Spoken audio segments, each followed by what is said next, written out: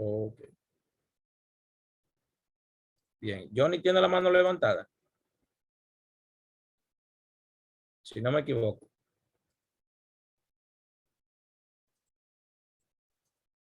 Bien, entonces, ¿qué tenemos por aquí? A las mujeres en la antigüedad se le daba un documento de divorcio que se llama get. Get se llama. Entonces, hay un orden de los 6 órdenes de la Mishnah, de los 6 órdenes que componen el Talmud. Hay un orden de esos que se llama Nashim, que significa mujeres. Mujeres. Entonces, dentro de ese orden que se llama Nashim, existen varios órdenes. Entonces, Get es uno de ellos, pero como es en plural, porque a las mujeres en plural se les daba Gitín, entonces se dice así, Gitín, así se llama, Gitín, que habla sobre los documentos de divorcio. Fíjense qué cosa, en la Torá no se habla de matrimonio, pero sí se habla de divorcio. Cosa interesante es. Sí, no existe el matrimonio en la Torá, pero sí existe el divorcio. En algún momento me va a tocar explicarles este tema a ustedes. Entonces dice el Talmud en el Tratado de Gitín 60b, el pacto fue sellado principalmente con respecto a la Torá oral. Vamos a ver qué dice. Rabí Yohanan dijo, Dios hizo un pacto con Israel solo por aquello que fue transmitido oralmente, como está escrito Shemot 34, Éxodo, que dice, porque de acuerdo con estas palabras, yo he hecho un pacto contigo y con Israel. El Talmud entiende que cuando el Salmo 34 dice esto, no se refiere a la Torá escrita, sino a la Torá oral, porque dice, acuérdense que en el capítulo 20 Hashem le entrega la Torá escrita, mientras que aquí dice, porque de acuerdo con estas palabras, ya cuando el Talmud dice estas palabras, la está diferenciando de las otras palabras. Yo he hecho un pacto contigo y con Israel. O sea, le dice el Eterno a Moshe Rabenu. Y el Talmud Yerushalmi, en el tratado de Peá, ¿alguien aquí sabe lo que es Peá? ¿Saben de qué se trata este tratado? Peá, ¿lo conocen? ¿Lo han oído mencionar por si acaso? ¿Alguien lo ha oído mencionar?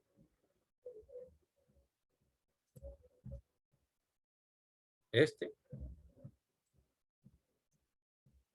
Peá es el tratado talmúdico que habla sobre las esquinas de los campos que cuando la gente de Israel fueran a recoger, vamos a decir que fueran a espigar el trigo o tuvieran cualquier tipo de sembradío, en las esquinas del solar o del campo donde tuvieran los sembradíos, las que quedaban en las esquinas del campo, el pueblo tenía prohibido,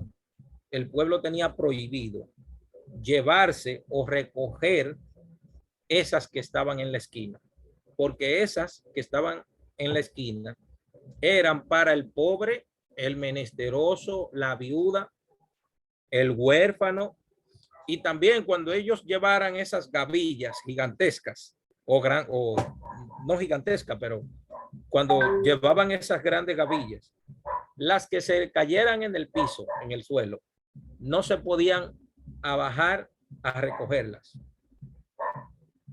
¿Entienden? ¿Por qué creen ustedes que no se podían bajar a recogerlas?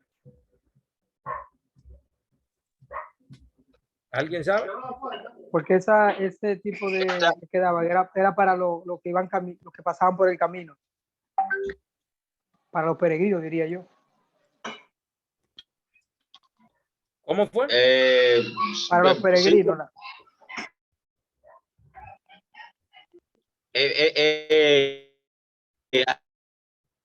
donde tienen entendido eso, intención de que eso le sirva de manutención a las viudas y una forma de ayuda social. Exactamente. Eso es una forma de ayuda social a la gente pobre del pueblo, a la gente pobre del pueblo, basado en este tipo de acción, es que el Salmo 24 dice, el que da al pobre, a Hashem presta. Entonces, los dueños de los campos, que eran dueños de esos campos, las que se caían en el suelo y las que dejaban en las esquinas de los campos, a consecuencia de esa buena voluntad, David dijo en el Teilín, rezó en el Teilín y dijo, el que da al pobre, ¿cómo se le da al pobre? Dejando las que se caían y dejando las que estaban en el campo. ¿Entiende la idea? El que da al pobre, a Hashem presta. ¿Creen ustedes que tienen razón los hijos de los rabinos al interpretar ese versículo de esa manera? ¿Creen ustedes que tienen razón? ¿Mm?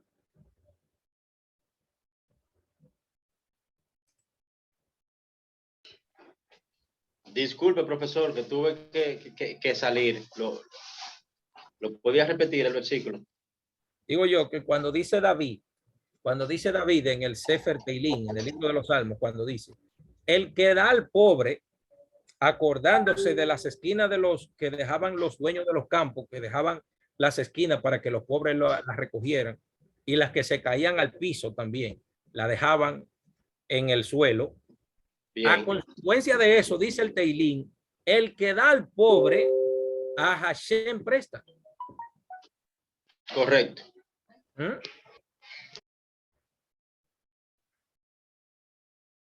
¿Entiende? Entonces, esta forma de interpretación que tienen los sabios es una forma que usted se queda, Dios mío, cuánta perspicacia, cuánta sabiduría, ¿entiende? De poder conectar lo que dicen, lo que dice el Teilín, conectarlo con una práctica que se hacía en el campo, conectándolo con eso. No es que esa es la única forma de dar, pero ¿verdad? Suena bastante interesante. De eso se trata este tratado que se llama PA. PA son las esquinas de los campos, eso que está ahí, las esquinas de los campos. Dice Rabí Hagui, dice, en nombre de Rabí Shmuel Bar Nachman. Oiga lo que dice. Rabí Hagui dijo, en nombre de Rabí Bar Nachman, algunos temas fueron dichos oralmente y algunos temas fueron dichos por escrito. Y solo algunos sabemos cuál de ellos es el más valioso por el versículo de Shemot 34:27. Porque de acuerdo con estas palabras, literalmente, por boca de estas palabras, yo, el Eterno, hice un pacto contigo. ¿Saben ustedes que la Torá cada rato dice la Torá de Moshe, la Torá de Moshe? ¿Por qué no dice la Torá de Dios? La Torá de Moshe, la Torá de Moshe, la sabiduría, la explicación de Moshe. Dice contigo, con Moshe y con Israel. Esto significa que aquello que fue transmitido oralmente es más valorado. Porque acuérdense que la Torá, antes de pasar de forma escrita, la Torá dice, Vaidaber Adonai el Moshe Lemor. Habló Dios a Moisés diciendo. ¿Qué quiere decir habló Dios a Moisés diciendo? Que le dice oralmente. Y constantemente lo repite. Constantemente lo dice. Constantemente lo repite. Habló Dios a Moisés diciendo. Habló Dios a Moisés diciendo. Esto implica que hay una tradición oral antes de la tradición escrita. ¿Entiende? Sin embargo, cuando el texto quiere enseñarnos a nosotros que Hashem escribe la Torah, se le entregan las tablas a Moshe y luego que él las rompe, entonces le dice, escríbela tú. Sin embargo, en muchas ocasiones le dice, habla, le habla, le habla, le habla, le habla, le habla. Y siempre le habla. Fíjense que a los profetas dicen, vino a mí palabra de Hashem diciendo. Ezequiel 7:1, por ejemplo, lo dice, pero lo dice Jeremías, lo dice Isaías, por donde quiera. Lo dice Amós, lo dice Nahum, lo dice Habacuc, siguiendo como el patrón de Moshe, de que vino a mí palabra de Dios diciéndome tal y tal cosa.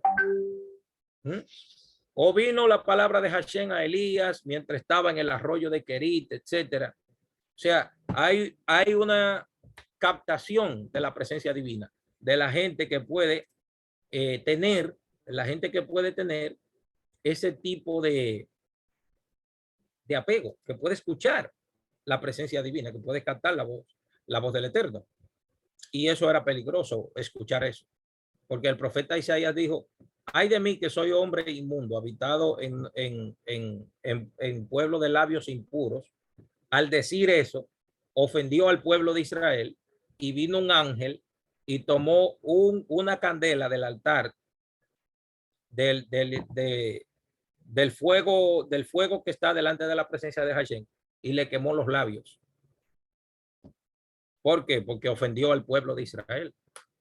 Adelante, Miguel, dígame.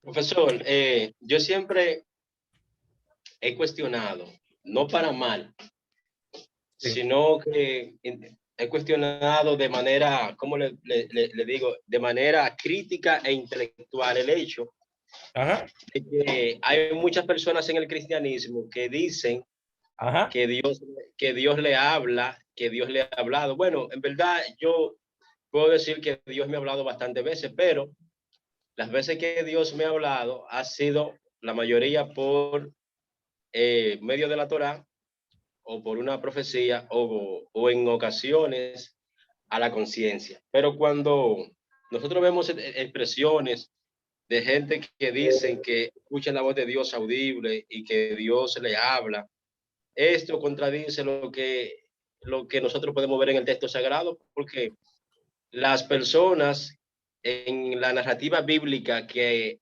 tuvieron experiencia de escuchar la voz de Dios, así como usted lo ha puesto, lo ha posteado, ellos mismos han dicho que sus condiciones de salud y física han desmejorado en el instante por la gloria de la voz. Entonces, mi pregunta sería que el Eterno, entonces, profesor, tiene un regulador de voltaje que él entonces en este tiempo, cuando él habla, tiene como nosotros los electrónicos utilizamos lo que se llama un variador de voltaje.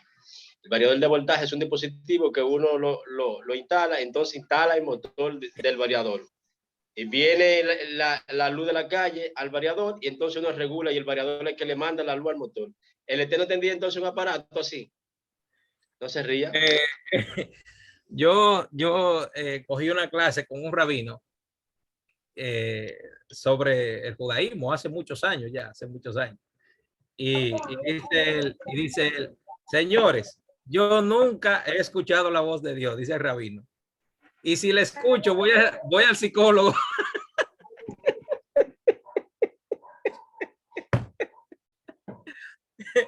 De ello eso, dice, si le escucho, voy al psicólogo.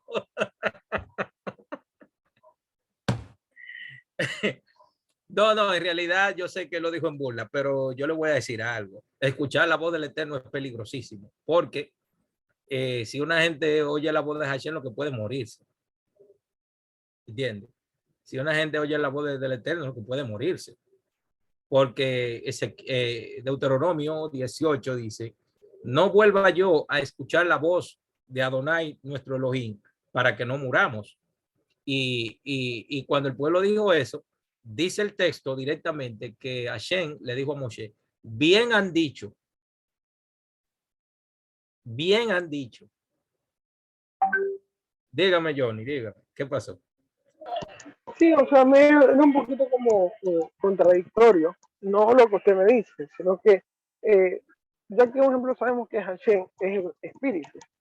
Y entonces, lo que nosotros conocemos es algo como antropomorfismo, ¿me entienden? O cuando nosotros escuchamos y Hashem lloró, eso es antropopatismo, si más no me equivoco la palabra. Pero de aquello contradictorio a lo que nos puede decir las escrituras. Entonces, sí me es un poco como chocante esa parte de que poder escuchar la voz de Dios, dijo Natán.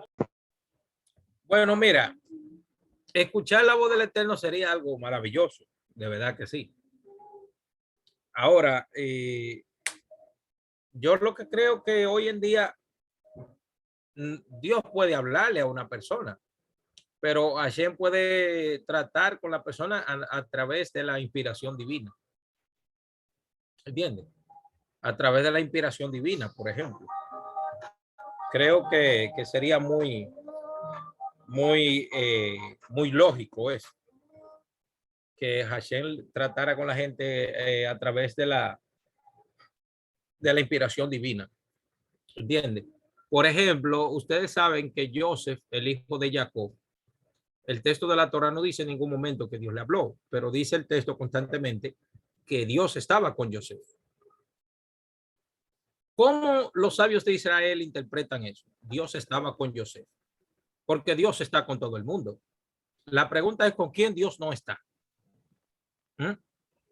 Profesor, yo quiero aportar algo de eso. Ajá. Sí, sí, adelante, dígame, Katy, dígame, adelante. Yo no estoy de acuerdo con, y ustedes me excusan, usted y Miguel, porque son de los que tienen más experiencia, pero yo sí le puedo decir que Dios me ha hablado a mí en una discoteca. Cuando el Señor me hizo llamado, me habló audible. Yo fui llamada en una discoteca y el Señor me habló audible. Usted sabe que una discoteca, lo que hay mucha bulla, lo que hay es sonido, y yo escuché la voz, no sé si fue la voz del Espíritu Santo, que es la misma voz del Eterno, pero el Señor a mí me habló y me dijo, si yo vengo ahora, tú me estás adorando, y se supone que en una discoteca uno no adora, uno lo que te enteteo. Y desde ahí, desde ese tiempo hasta hoy, la gloria de Dios, yo soy cristiano. Y el Señor me tuvo que hablar audible, porque yo no quería aceptar, yo no quería una vieja. Y Él me llamó a los 35 años de edad.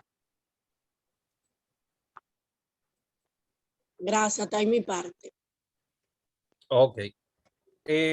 Bueno, yo no voy a contradecir la experiencia espiritual que cada persona tiene.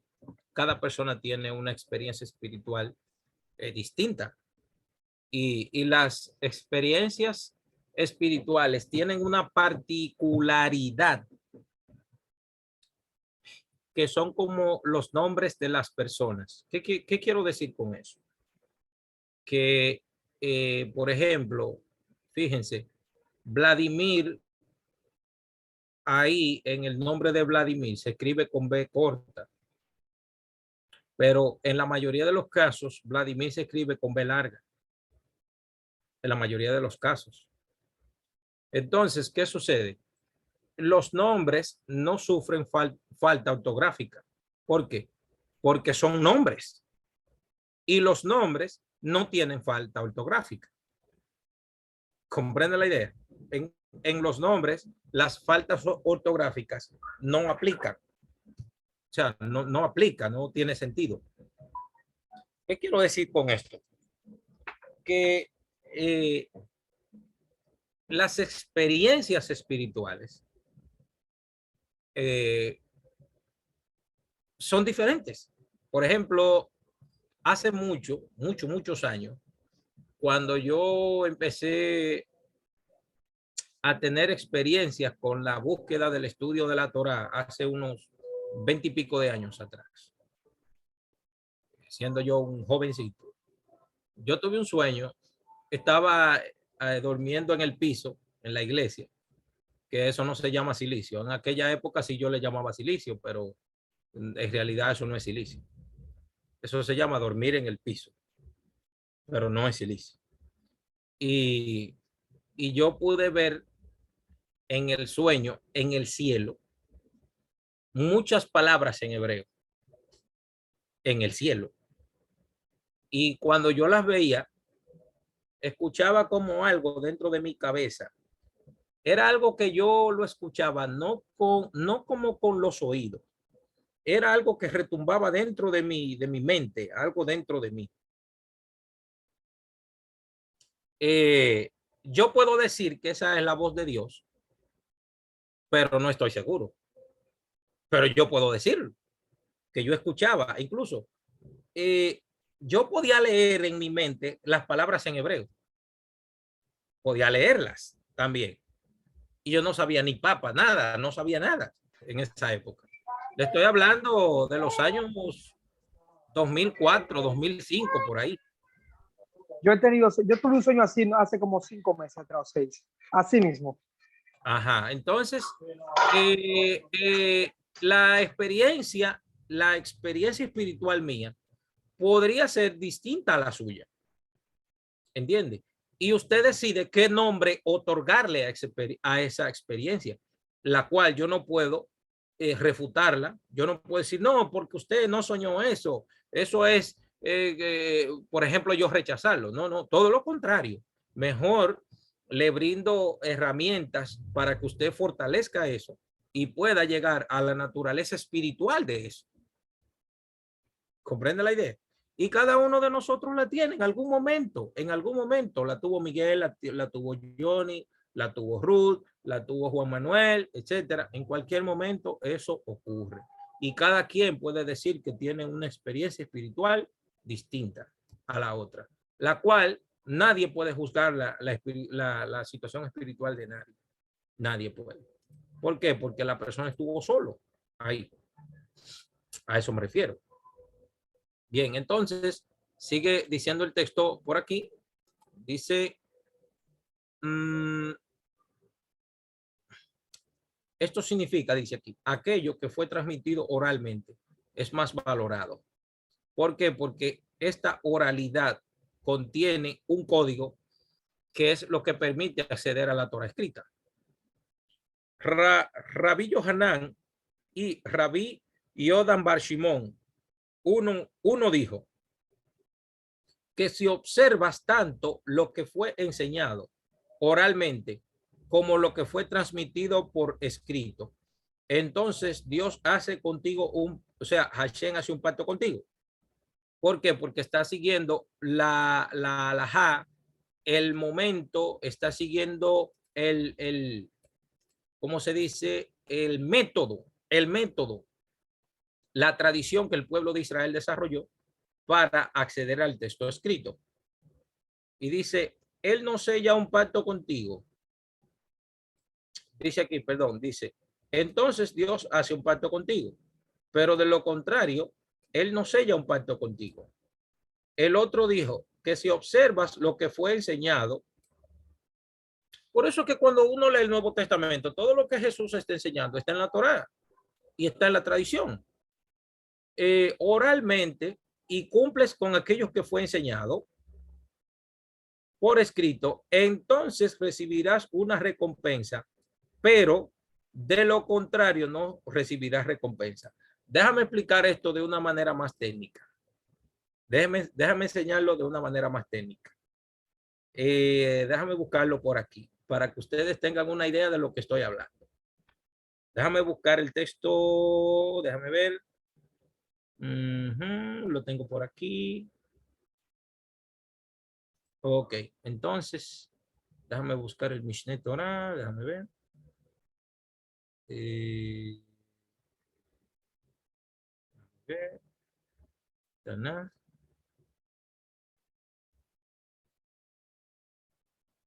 Déjame ver si lo encuentro. Tari Targum. Mishneh Torah, míralo aquí. Ok. Mishneh Torah. Leja. Ok. Perek. Ok, míralo aquí.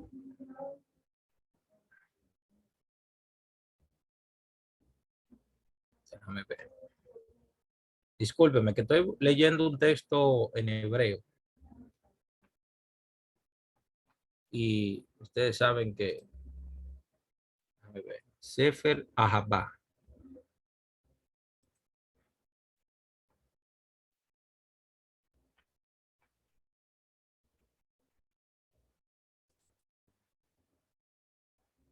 Entonces, Perek Aleph. Déjame ver. Ujú.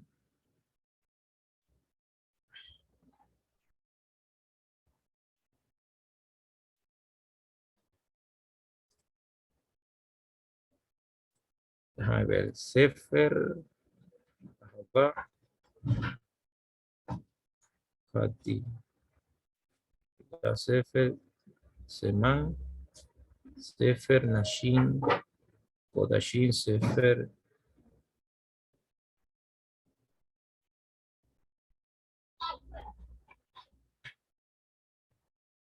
Déjame ver. Sefer Ahabá.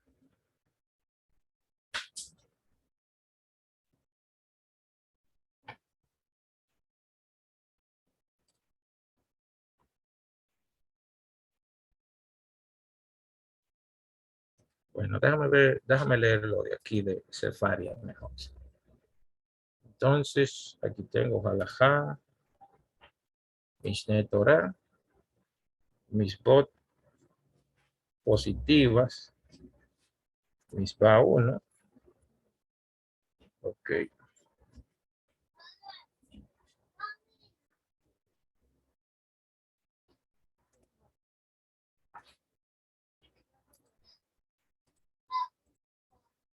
Bien, entonces, déjame.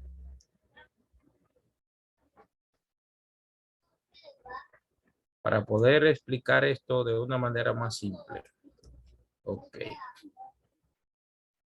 Entonces, abro aquí y lo pongo aquí. Bien. Fíjense lo que fíjense lo que les voy a mostrar aquí. Fíjense de esto, que esto está muy interesante. Bien, ustedes pueden ver el texto que les puse en la pantalla, lo pueden ver. Sí. Ok. Esto que yo tengo aquí abierto es el Mishneh Torah en la sección. Esto que yo tengo aquí abierto es en la sección de los 248 mandamientos positivos del Rambam. Entonces, este es el número 1 que dice Leyaharot, Leyahadó, Shenemar. Esto que dice aquí. Esto, Shenemar. Shenemar. Fíjense, esa palabra significa Shenemar. Como está escrito. Como está escrito. O también quiere decir esto que voy a poner aquí ahora.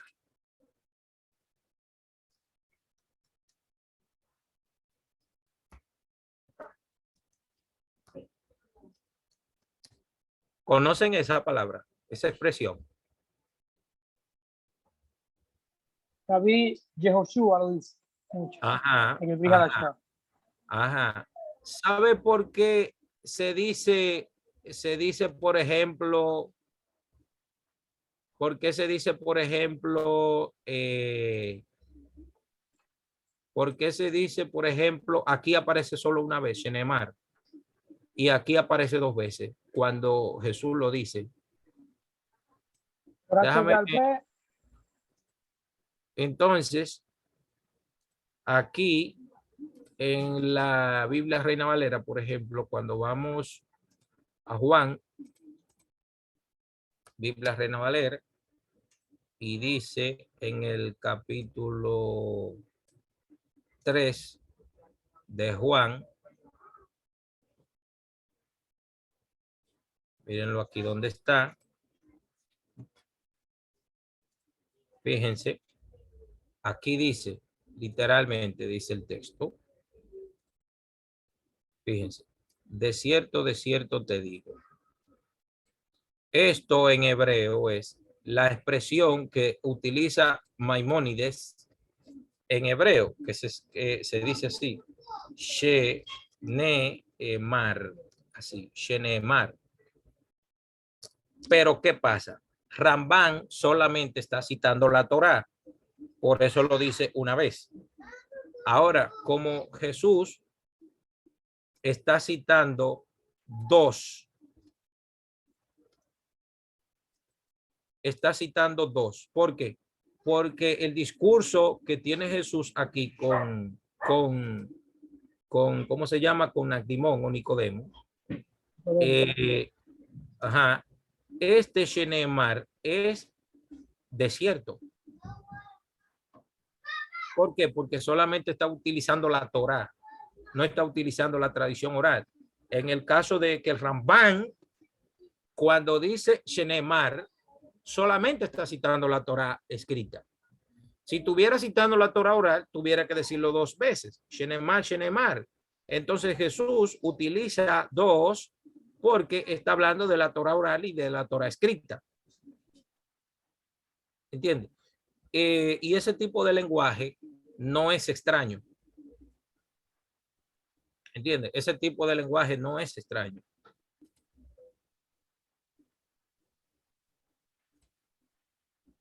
Es un lenguaje rabínico. Es un lenguaje rabínico. Total. Bien. Dice Maharal, este es un sabio del siglo XVI que le llamaban el Maharal de Praga, que fue el creador del muñeco que él lo revivió con Kabbalah, que le llamaban el golem. Tiferet Israel, capítulo 68, dice, la ley oral crea una conexión interna entre Dios y el pueblo judío. Una conexión interna. Esto es lo que dice el Talmud en Gitín 60, lo que ya leímos arriba. Respecto a que Dios hizo un pacto con Israel solo por aquello que fue transmitido oralmente, como está escrito. Pues conforme a estas palabras, yo he hecho un pacto contigo y con Israel. Fíjense. Un pacto contigo y con Israel. Dice, la Torá, no, esto puede ser explicado de la siguiente manera.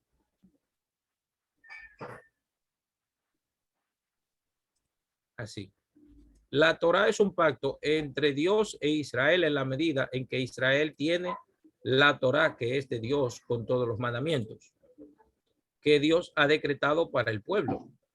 Este pacto forma unión entre Dios y el pueblo judío, y quienes aceptaron sus leyes, es decir, que el pacto, el hecho de que Dios da la ley y el pueblo judío la acepta, establece una relación entre ambas partes, o sea, Dios y el pueblo. Entonces aquí tenemos Dios y el pueblo. Ahora yo hago la pregunta. ¿Qué une a Dios con el pueblo?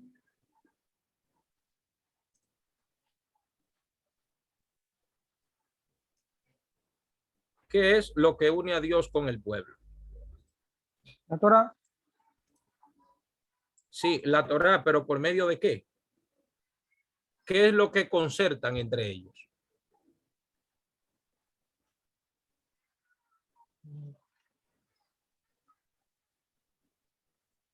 ¿Qué es lo que une a Israel con Dios? ¿Qué es? Es la Torá, pero en sentido más técnico, ¿cómo nosotros lo podríamos llamar? Pacto. Un pacto, exactamente, un brit. Un brit. Un brit. Sí. Entonces, le voy a hacer una pregunta.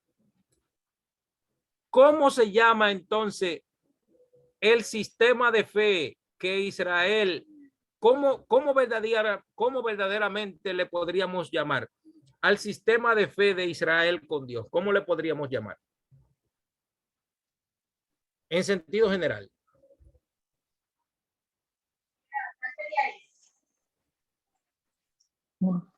Para que sepan, no es el judaísmo.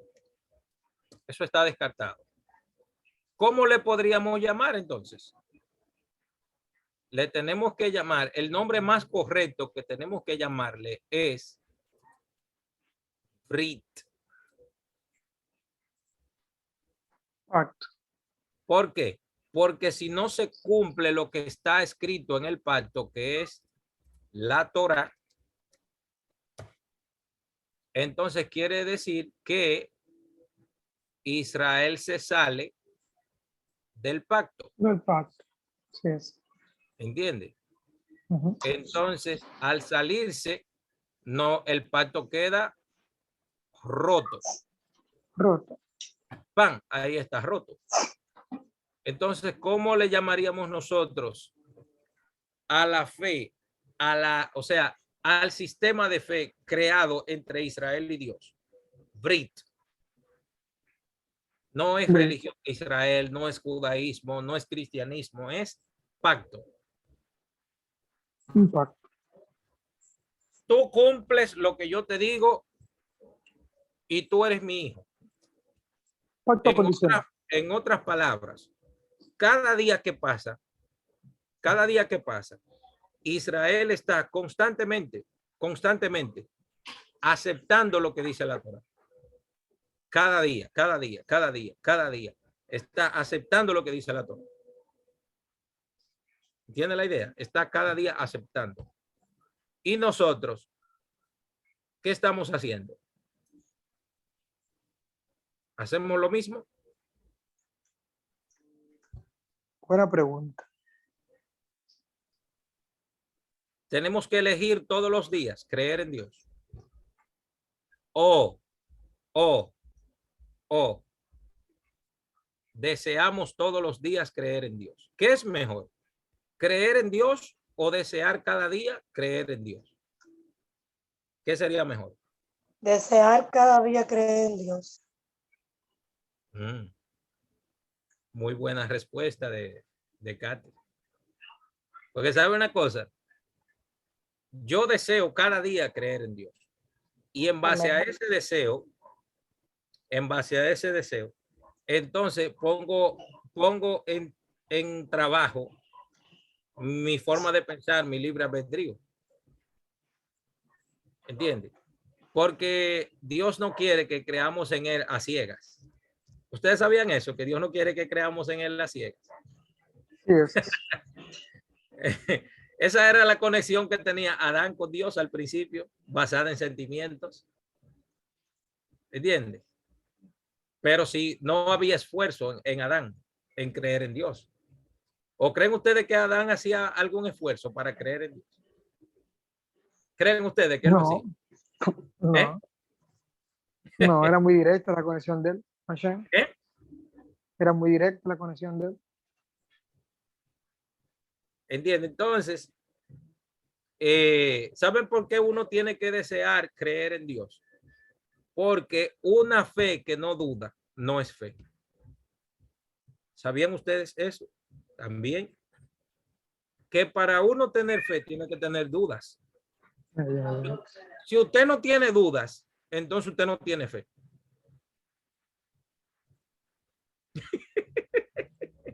Si usted no tiene dudas, no tiene fe. Señores, en los últimos meses a mí me han invadido unas dudas que me dejan sin aliento. Sin embargo, cada día más mi fe va creciendo porque le voy ganando a las dudas. Exacto. Así es que el que no tenga dudas está feo para la foto. ¿Está ciegas? Claro, está ciego. Está ciego. No Claro, sé. está ciego. Usted tiene que tener dudas. Incluso, Que no tenga, profesores, que no tenga duda ni prueba que se revise. exactamente, la persona tiene que tener dudas. Constantemente tiene que tenerlas. ¿Por qué? Porque las dudas son los escalones que hacen que uno se sobreponga y que uno desarrolle un crecimiento espiritual más alto a través de las dudas. Es como la gente que no tiene dudas. ¿Sabe cómo funciona? Yo te encierro en un cuarto y te pongo una puerta y te digo, sal por la puerta que tú quieras, pero nada más te estoy poniendo una puerta. Solo te pongo una sola puerta. Y entonces te digo, no, tú puedes salir por la puerta que tú quieras, pero hay una sola nada más. Por lo menos ponme 2 ventanas de un lado, 2 puertas chiquitas por la otra. ¿Entiendes? Entonces ahí la persona elige. Entonces creer en Dios es una elección constante, diaria. No es por defecto. Ah, no, por defecto. No. No es por defecto. No es by the way, como se dice en inglés. No, no. No es así. Ya los rabinos habían discutido eso anteriormente a nosotros. Entonces, dicen los sabios aquí. Mi amor, cuidado. Párate, ven. Dice, dice esta cuestión, Vladi, el micrófono, porfa. Perdón. Dice, esta conexión solo se logra a través de la Torá oral. Es el pacto y la unión entre Dios y el pueblo judío.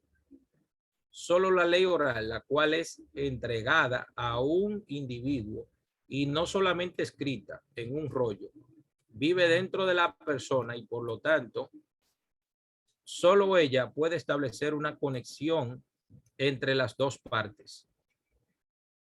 El que se propone el pacto y aquel que lo acepta. Israel dijo cuando estaba en el monte Sinaí, dijo lo siguiente, dijo, Naase benishma, nosotros oiremos y obedeceremos, dijeron. Y dice, no es así con la Torá escrita, que permanece siendo externa a la persona. O sea, a la persona escrita antes que ella. Fíjense que es lo que pasa. Cuando uno tiene la Torá escrita frente a uno, ¿a dónde se guarda la Torá oral? ¿Escrita o en la mente? Hago la pregunta. Cuando usted tiene el Tanaj en las manos, escuche esto, Miguel. Cuando usted tiene el Tanaj en las manos, ahí la tiene en las manos. Pero cuando usted se acerca al Tanaj, a la Biblia hebrea, ¿a dónde está la Torá que va a utilizar para acceder a esa Torá? ¿A dónde se guarda? ¿A dónde la tiene? La tiene en la mente. En la mente, evidentemente. Sí, la tiene en la... Exactamente, la tiene en la mente. Entonces tú dices, bueno, voy a leer la Torá, la voy a estudiar. Dice en Éxodo 28, por ahí, 8, 9, dice, no robarás. La Torá oral me permite saber que en ese texto, no robar, no se refiere a un objeto físico. No robar ahí no se refiere a un objeto físico. No se refiere a eso. Se refiere a no, o sea, a secuestrar una persona y pedir un rescate por ella. No se refiere a robarse un objeto físico. Entonces, ¿qué le permite a uno ver en un texto algo que el texto no dice? ¿Qué te permite ver en el texto algo que el texto no dice? La Torá oral. La Torá oral. ¿Entiende la idea? ¿Puedo opinar? Sí, adelante, Katy, dígame. O sea, que lo que dice, lo que parece decir, no es No, lo que uno entiende. exactamente. Eso es lo que usted quiere decir. Exactamente. Lo que nosotros estamos estudiando aquí es halajá. ¿Qué es halajá? Halajá es el pensamiento que nos permite a nosotros, cuando vemos el texto, identificar lo que verdaderamente dice y no lo que exactamente dice. Okay. Por Suena un eso poco es, como- profesor, que cuando uno lee la palabra, a veces, hay Ajá. cosas que uno la entiende de una vez. Tú no la vas a entender de una vez. Tú la vas entendiendo ahí después. Porque es raro cuando tú lees algo en la palabra, que tú quedas claro de lo que tú leíste. O sea, tiene doble sentido a lo que uno lee. Sí. Lo que pasa es que eso es No sé justamente si lo me que doy a nos- entender. ah, sí, eso es lo que estamos tratando de aprender aquí. Eso es lo que estamos tratando de aprender. Que cuando yo vaya a leer el texto, no me deje llevar por mis ojos y por mi corazón, sino que le apliquemos la sabiduría divina a lo que estamos leyendo. ¿Entiendes? Y a medida que vayamos profundizando en el texto, nos vamos a ir dando más cuenta de cómo entenderlo. ¿Entiendes? Nos iremos dando cuenta. Vladimir está ahí, que tiene mucho tiempo estudiando la Torá. Sabe que después que empezó a estudiar Alajá, se da cuenta que las cosas son muy distintas. Y él lo puede decir que está aquí.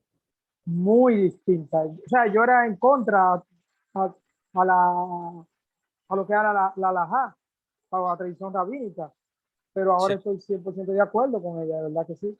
Es una verajó, una bendición, por uno contar con la sabiduría de la Torá oral. Una bendición, totalmente.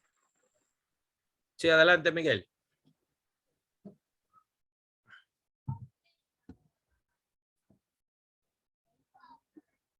Sí, Miguel, adelante. Parece que Miguel se frizó. Sí, Ah, ok.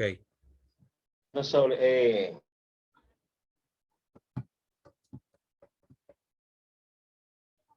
ahora un poquito más. Sí, adelante, ahí se oye.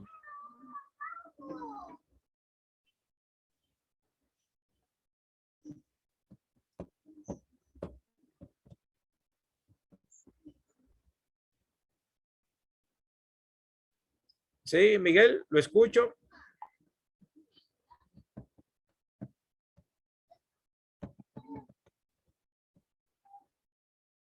Bueno, parece que salió. Ok. Bien, entonces seguimos con el texto.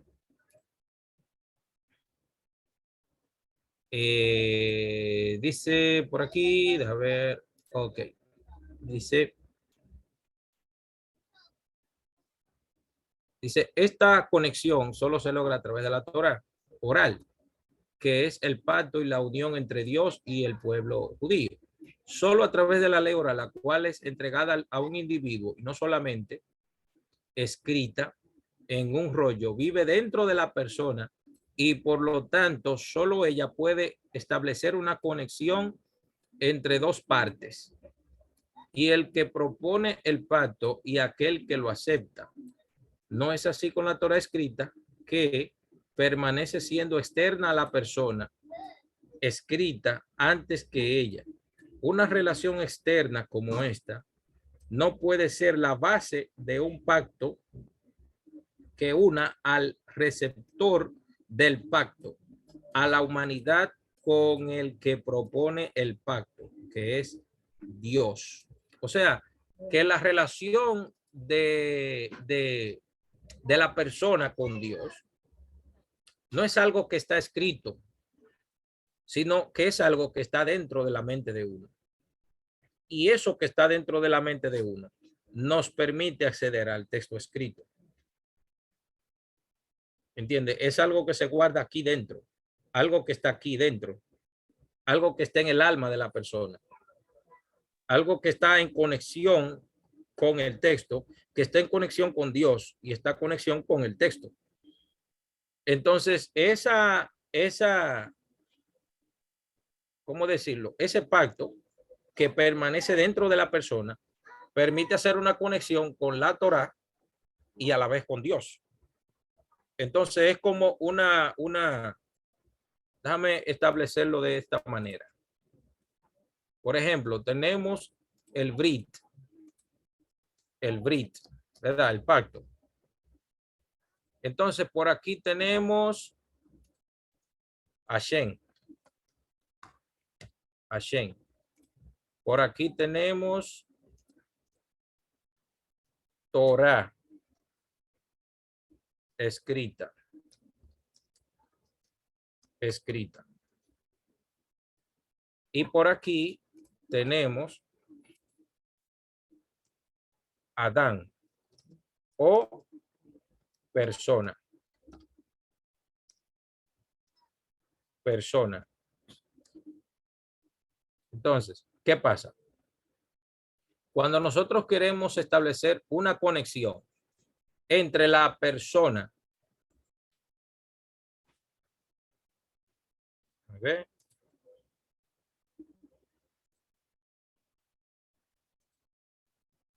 Cuando nosotros queremos establecer la conexión de la persona con Hashem, entonces Hashem, esta conexión la manda para la Torah escrita. Y la Torah escrita con la persona. Entonces, la pregunta es, ¿cómo llamaríamos a esto? A esto. A este tipo de conexión, ¿cómo le llamaríamos? Brit. No, el Brit es el nombre del contenido. Ahora, ¿qué es lo que nos une? Hashem, la persona y la Torah escrita. ¿Qué es lo que nos une?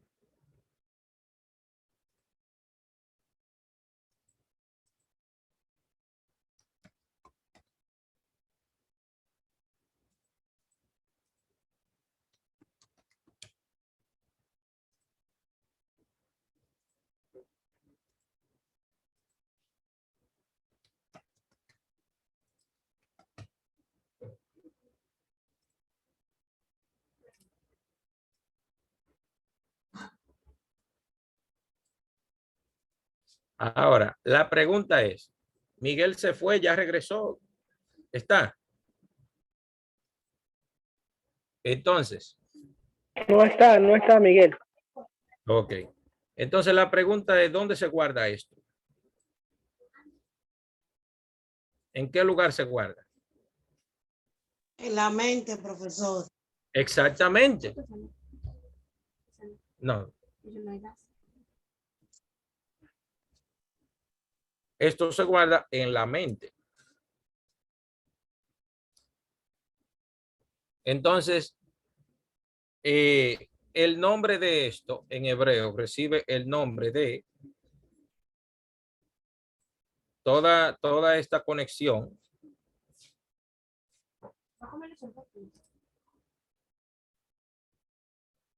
¿Ah? No, yo no puedo comer eso hasta ahora. Esto recibe el nombre de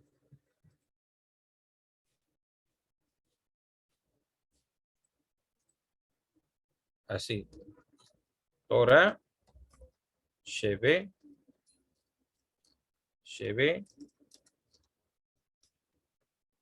al P. Así. ¿Qué significa? Transmisión oral. Esto se guarda en la mente porque esto es lo que permite a la persona acceder al conocimiento divino, a los mandamientos divinos que se llaman Torah. ¿Entiendes? ¿Entiendes? Bien, pregunto, ¿se está entendiendo lo que estamos hablando? ¿Se está entendiendo? Claro que sí, profesor. Entonces, Vladi, ¿cómo se va aclarando todo o se va confundiendo todo? Lo vamos aclarando cada día más. Vamos aclarando todo. Bien, Dice Rav Yosef II Soloveitchik en su libro Beit Halevi, en el Darush 18, dice, la Torah oral está escrita en las mentes del pueblo de Israel. ¿Lo ven? Se le dice aquí. Está escrita en las mentes del pueblo.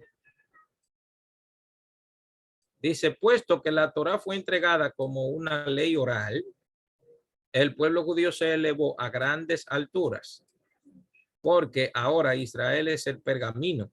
Escuche esto. Israel es el pergamino sobre el cual la Torah, sobre el cual es escrita la oral. O sea, la Torah oral está escrita en la mente del pueblo, tal como dice el versículo. Proverbios capítulo 3, verso 3 dice, escríbelas sobre la tabla de tu corazón. ¿Sobre dónde que se van a escribir? Sobre las tablas de tu corazón. Mishlei, Proverbios capítulo 3, verso 3. Así. ¿Qué pasó, Johnny? No, nada. Estaba pensando en voz alta. Ah, ok. Como el pergamino de un rollo de la Torá está investido de una cantidad intrínseca y no solamente como un accesorio, así como el pergamino y las palabras impresas en él juntos conforman un rollo de la Torá, así también están completamente unidos la Torá y el pueblo. ¿Entiende? Por eso estamos estudiando esto, para poder entenderlo. Entonces dice aquí, la Torá oral es la base primordial del pacto del pueblo judío con Dios, porque como un cuerpo de leyes orales, solo puede ser entendido, recordado, enseñado y puesto en práctica si se vuelve parte de nuestro propio ser, si lo tenemos dentro, guardado. En la ley oral encontramos el máximo nexo entre Dios, expresado a través de la revelación de su voluntad en la Torá. ¿Por qué podía Jesús entender y llegar al núcleo duro de la Torá? Porque estaba utilizando la Torá oral también. Y eso puedo demostrarlo claramente. Y el pueblo judío que aceptó observarla y entenderla, el Rab Soloveitchik expresa esta idea en términos prácticos. Mientras que la Torá escrita ha sido traducida a muchos idiomas y se convirtió en la base de muchas religiones, solo los israelitas tienen la Torá oral. O sea, solo nosotros vamos con la Torá oral. Nuestra manera de practicar las misbot de la Torá, basándonos en la Torá oral, es la única y singularmente nuestra. O sea, este conocimiento Hashem se lo entregó al pueblo de Israel. Hashem se lo entregó al pueblo de Israel y el pueblo de Israel lo tiene guardado. ¿Entienden? Entonces, ¿cómo nosotros sabemos que cuando una persona se muere se da un discurso acerca de la persona? ¿Cómo lo sabemos?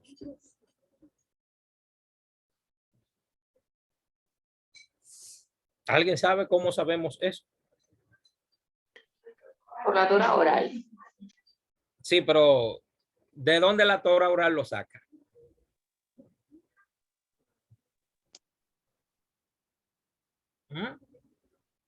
Cuando murió Jacob. Se saca de la Torah escrita. Y tiene nombre en hebreo, se llama Hesped. Pero ¿de dónde lo aprendimos? ¿Recuerdan cuando murió Sara en la Parashá Hayezará? Dice que Abraham fue a comprar una tierra a los hijos de Het, de los hijos de Efrón. Efrón le compró la cueva de Macpelá a Efrón, hijo de los hijos de Het. Y dice que cuando Abraham endechó a su muerta, hizo un panegírico, dice que dio un discurso delante de ellos, delante de su difunta. De ahí se aprende que cuando una persona muere, se da un discurso delante de la persona, delante del féretro del difunto. Eso se llama panegírico, que en hebreo se llama Hesped. ¿Entiende? Se habla de lo bueno, de las cosas buenas que fue esa persona, el bien que hizo.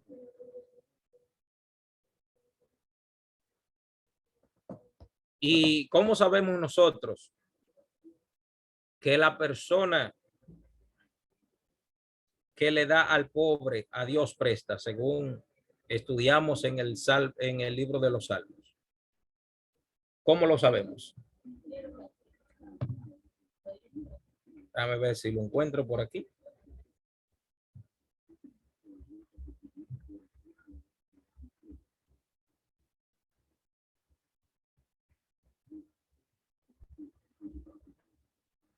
Está en el libro de Salmos. Déjame ver.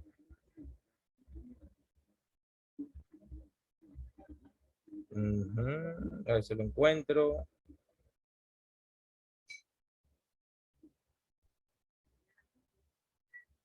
Dice, los que son de tu grey han morado en ella. Por tu bondad, oh Dios, has provisto al pobre. No, no, esa no es.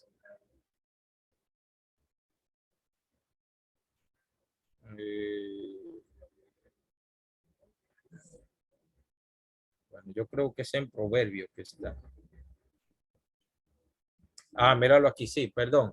Es Proverbios capítulo 19, versículo 17, que dice: a Hashem presta el que da al pobre, y el bien que ha hecho se lo volverá a pagar. ¿Sabe de dónde los sabios originan esto? ¿De dónde Salomón escribió esto? Oiga cómo dice esto: a Hashem presta el que da al pobre, las personas que dejan las esquinas de los campos abiertos para que el pobre se lo lleve, las que se le caían también. Y dice, y el bien que ha hecho se lo volverá a pagar. ¿Recuerdan los ángeles que fueron a la casa de Abraham? ¿Recuerdan ese texto? Sí. Ajá. ¿Qué Abraham le brindó a ellos? ¿Quién me dice? ¿Qué Abraham les dio? ¿Puedes Brindó repetir? agua. ¿Sí? ¿Qué les dio? Díganme. Abraham le ofreció agua, ¿Qué leche, más? pan y cordero. Ajá, le dio carne. Les dio carne. Queso, Le dio carne. mantequilla, me parece que se dice. Mantequilla, Les dio carne. Les dio agua y les dio pan. pan. Pero le dio algo más. ¿Qué más le dio?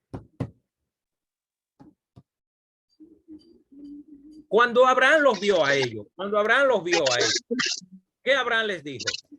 Lo hospedó. Exactamente, le dio, lo hospedó. Y entonces, debajo de la casa, ¿qué es lo que hay? Cuando tú te pones debajo de la casa.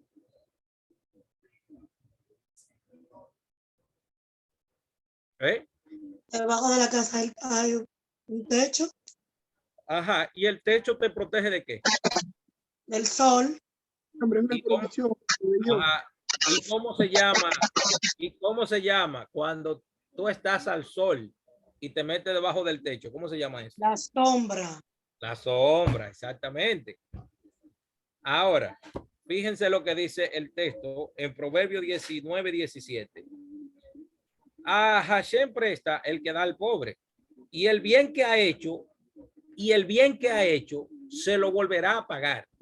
O sea, el bien que la gente hace, Hashem se lo volverá a pagar. Entonces, vamos a sacar la cuenta de las 4 cosas que le dio Abraham a los ángeles. Número 1. Agua. Son 4. Agua. Pan. 2. Pan. 3. Carne. Carne. 4. Provisión. Abrigo. Techo. Ajá, le dio sombra. Le dio sombra. Ajá. 4 cosas. Ahora, Abraham alimentó a los hijos de Dios que fueron a su casa. Ahora, ¿qué tiene Dios que hacer? Y el bien que ha hecho, ¿quién? Abraham, se lo volverá a pagar. Cuando los hijos de Israel salieron de Egipto, ¿qué les dio Dios al pueblo cuando estaban en Egipto? Le dio agua. Le dio agua. Le dio maná. Ajá, le dio pan. Le dio pan. ¿Qué más le dio? Le dio abrigo. Porque Le dio, dice que, no, abrigo no. Abrigo no. Le dio sombra. Johnny, Le dio sombra. le dio sombra. ¿Y qué más le dio? Y le dio carne. Codornices, le dio Y carne. le dio carne. Dice, Le en el dio carne. libro de Vallicrá, dice que del Bamidbar, dice que les dio codornices, que los alimentó de codornices. Ajá, pero eso es carne. Claro, perfecto. Miren, Abraham les dio esas 4 cosas. ¿Y qué le dio Hashem al pueblo? Les dio agua. Les dio pan. Les dio carne. ¿Y qué más le dio? Les dio sombra. ¿Recuerdan cuando le ponía las nubes? Ahí, ¿qué hizo Hashem? Le pagó a Abraham el bien que Abraham hizo con los hijos de Hashem cuando fueron los ángeles a su casa.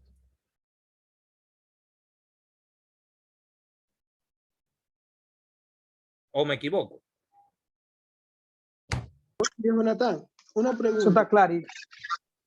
Puede ser que los méritos que el día de hoy a mí, digamos, a Johnny Bermeo como hijo lo han alcanzado, son quizás no por méritos que a veces yo haya hecho, sino que mi padre biológico lo haya hecho por otra persona. Así es. Y lo que yo haga el día de hoy puede ser que yo no lo alcance, no lo vea, pero mi generación sea favorecida por lo que algo una vez yo hice. ¿Podríamos decir que es así? Pero, ¿y qué dice Shemot capítulo 20? El cual hace misericordia. ¿Cómo dice el texto? De Generación en generación. Hace misericordia sobre los hijos, De los hijos. sobre los padres y los hijos, hasta la 3ª y 4ª generación. Digo, eso es lo que lo aborrecen, pero a lo que hacen bien, hasta 1000 generaciones. ¿Entiendes? Por eso es que los méritos de Abraham, Isaac y Jacob protegen al pueblo de Israel. ¿Entiendes? Lo protegen. ¿Por qué creen ustedes que Jesús dijo Padre nuestro? ¿Quiénes son los padres que Jesús dijo?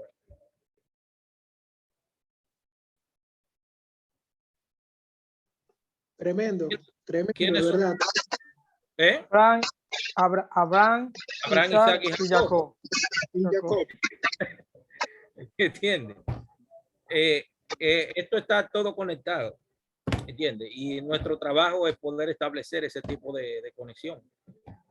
¿Tiene la idea? Maravilloso, Jonathan, aquello, de verdad. Maravilloso aquello que en esta noche se ha enseñado y se ha impartido. Sí, excelente. Tengo ganas de hablar lengua, de verdad. ¿Cómo fue? Tengo ganas de hablar.